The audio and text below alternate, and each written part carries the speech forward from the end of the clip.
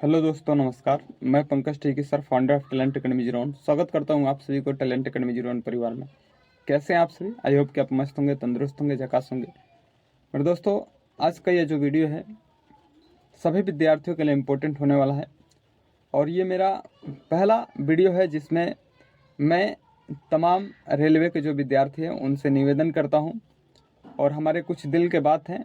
मैं चाहता हूँ कि वह विद्यार्थियों के पास जाए ताकि विद्यार्थी के अंदर एक समझदारी है और उससे बहुत विद्यार्थियों का लाभ हो। जो चीज़ें कोई टीचर उसको नहीं बता रहा है, मैं चाह रहा हूँ कि उस चीज़ को बताने की कोशिश करूँ और विद्यार्थी उसको समझे, जाने और फिर डिसीजन ले। तो मेरे दोस्तों, आज की जो सेक्शन होने वाली है ये बहुत इम्पोर्टेंट होने वाली है और आज का जो विषय है इसमें मैं बताऊंगा कि जो विद्यार्थी जिनका सपना एलपी बनना का है और वे टेक्नीशियन की सीटों को बेकार कर दे रहे हैं, वे ग्रुप डी की सीटों को बेकार कर देंगे, तो वे बेकार न कर करके उसको अगर वे चाहेंगे तो उस सीट पे दूसरे विद्यार्थी का सिलेक्शन हो सकता है। तो उसी नुकसान को मैं रोकने के लिए विद्यार्थियों को मैं अपनी बातें रखूँगा और शायद अगर ये वीडियो अच्छी लगे तो आप सभी लोग ज़्यादा से ज़्यादा लोगों तक शेयर करिएगा। आप सभी को पता ही है कि मैं जो बातें बोलता हूँ एथेंटिक्स बोलता हूँ। तो आइए अपना जो निवेदन है आप सभी के सामने रखने का प्रयास करते हैं। मेरे दोस्तों, मैं बता देना चाहता हूँ कि जो आरआरबी टेक्नीशियन की जो वैकेंसी फिलहाल में चल रही है, जो 2024 के थे और उसका साथ ही साथ ज्वाइनिंग भी स्टार्ट हो गया है, ज्वाइनिंग लेटर भी आना शुरू हो गए हैं, कुछ कैंडिडेट ज्वाइनिंग भी कर चुके हैं और इसी के साथ एएलपी की जो वैकेंसी है उसका साइको एग्ज़ाम भी फंसा हुआ है और फिर साथ ही साथ एनटीपीसी का भी ग्रेजुएट लेवल का एग्ज़ाम आप सभी को देखने को मिला।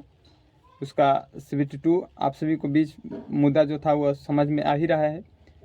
यानी कहने का मतलब है कि मेरे दोस्तों, अब जो समय चल रहा है और जो वैकेंसी आ रही है, एक एक सीट बहुत इम्पोर्टेंट है। पहले क्या होता था कि जो वैकेंसी आती थी उसमें कैंडिडेट पहले ग्रुप डी में सिलेक्शन पा लेता था और फिर उसे छोड़ करके और एनटीपीसी में सिलेक्शन पा लेता था और उसे छोड़ करके और अगर वह चाहता तो लोको पायलट बन जाता था। लेकिन अब के जो समय है ये मेरे दोस्त बहुत इम्पोर्टेंट समय हो गया है और अब गोल्डन पीरियड चल रहा है। आपकी वजह से किसी का कैरियर बर्बाद हो सकता है मेरे दोस्तों, इस बात को आपको समझना पड़ेगा।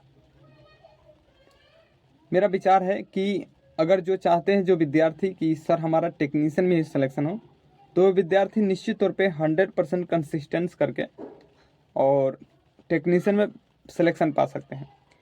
लेकिन अब के दौर में देखने को ये मिल रहा है कि जो विद्यार्थी कहीं ना कहीं वे सिलेक्शन तो पा जा रहा है, लेकिन 1 मंथ 2 मंथ के बाद या 10 दिन के बाद उस वैकेंसी को छोड़ करके और उससे जो बेहतर वैकेंसी मिल रही है उसमें वो सिलेक्शन पा जा रहा है।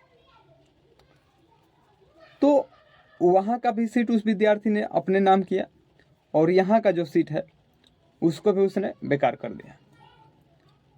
ऑलरेडी रेलवे में मेरे दोस्तों अब नए नए कानून बन रहे हैं जिसमें साफ साफ मेंशन किया जा रहा है कि अगर कोई कैंडिडेट अगर ज्वाइनिंग करने के बाद से छोड़ रहा है तो उस पोस्ट को आने वाली जो वैकेंसी है, अगली न्यू वैकेंसी जो होगी उसमें उस जो सीट होगा उसको ऐड कर दिया जाएगा। तो फिर क्या रीज़न है यार, क्यों सीट को बर्बाद करने में पड़े हुए हैं?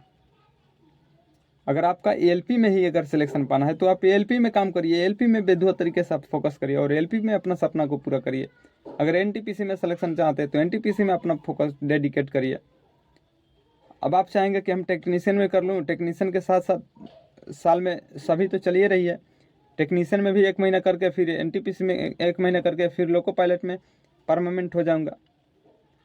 इस तरह से क्या है मेरे दोस्तों कि आप जितने वैकेंसियों को छोड़ेंगे, अब रेलवे का एक एक सीट बहुत इम्पोर्टेंट हो गया है और अभी भी अगर आप सभी लोगों को नहीं समझ में आ रही है तो मेरे दोस्तों क्या कहें, बहुत आप सभी लोग जो कैंडिडेट हैं ऐसे कि सीटें बर्बाद करने पे पड़े हुए हैं उनसे मैं कुछ नहीं कहना चाहता हूँ। मैं दोबारा पुनः उनसे यही कहना चाहता हूँ कि आप सभी लोग इस बात को समझने की कोशिश करें और सीट को बर्बाद न करें।